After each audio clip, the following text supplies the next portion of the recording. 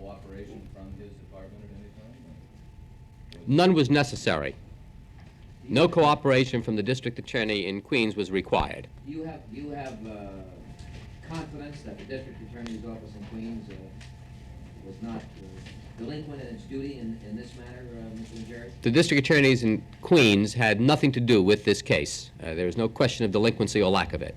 Is that correct, Commissioner Murphy? I would like to comment. The fact that Detective Gilroy has most recently been assigned to the Queens District Attorney's Office in no way reflects upon that office or the District Attorney of Queens. The matters referred to in today's indictment referred to a time when he was in a different assignment. Commissioner Murphy, you've been a corruption fighter since you took over in the police department. Do you feel that there's a real need for this office that Mr. Nadjari is now filling as far as fighting corruption in this town? Well, I'm pleased that this investigation has come to a successful conclusion and that the resources available to this office have been put to work with the police department to reach the successful conclusion of this important investigation.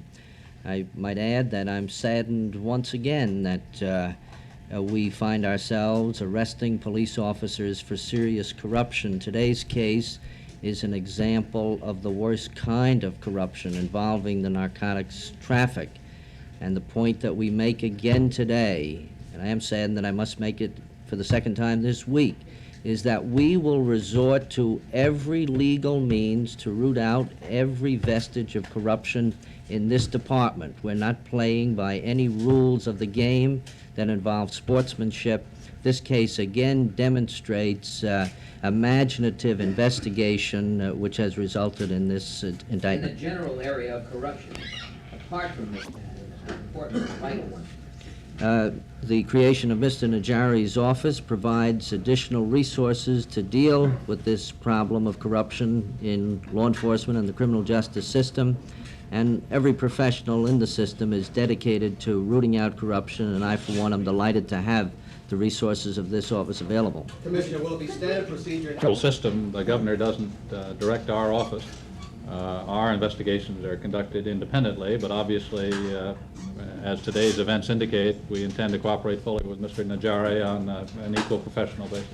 Mr. Nadjari, since your appointment by the governor on the 19th of September, in addition to this, which is your first indictment, has there been, without disclosing things that you can't disclose, an indication to you that there is a substantial amount of this very kind of thing or similar corrupt acts which you're getting involved in now?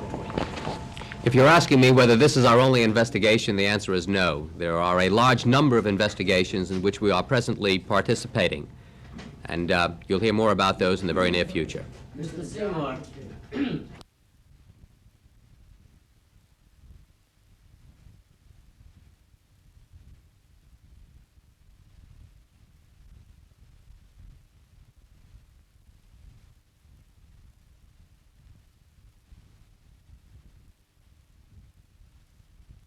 Our attention solely because indicated that it should be.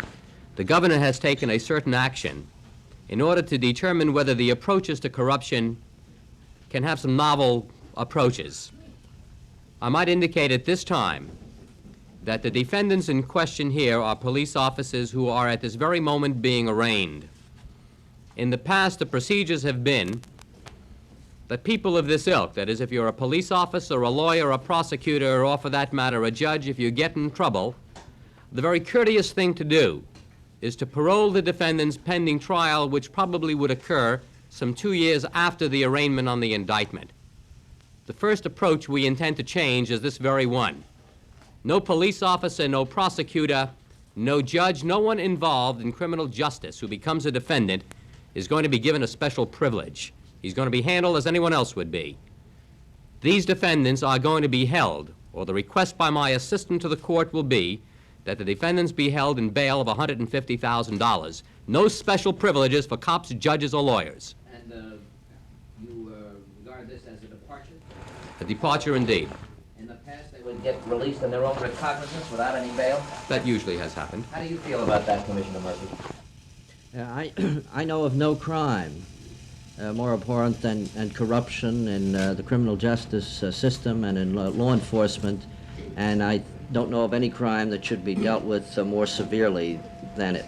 Mr. Seymour, from your experience... Purely and simply an event which took place within Queens County and involved in conspiracy to violate state laws. Can you give us some kind of I'm asking them to cooperate continuously and to give us more information. Commissioner Murphy, most of the arrests have been in the area. Yes, we have reorganized the Detective Bureau. We have begun implementation of a number of new controls. The Internal Affairs Division and the entire Inspectional Services Bureau have been paying attention to problems within the Detective Bureau. We're well aware of the fact that officers who function in civilian clothes and who handle criminal investigations are in a different position than officers who work in uniform, and we do not intend to neglect any corruption problem within the Detective Bureau. We have not neglected those problems. Commissioner Murphy, did this have anything to do with...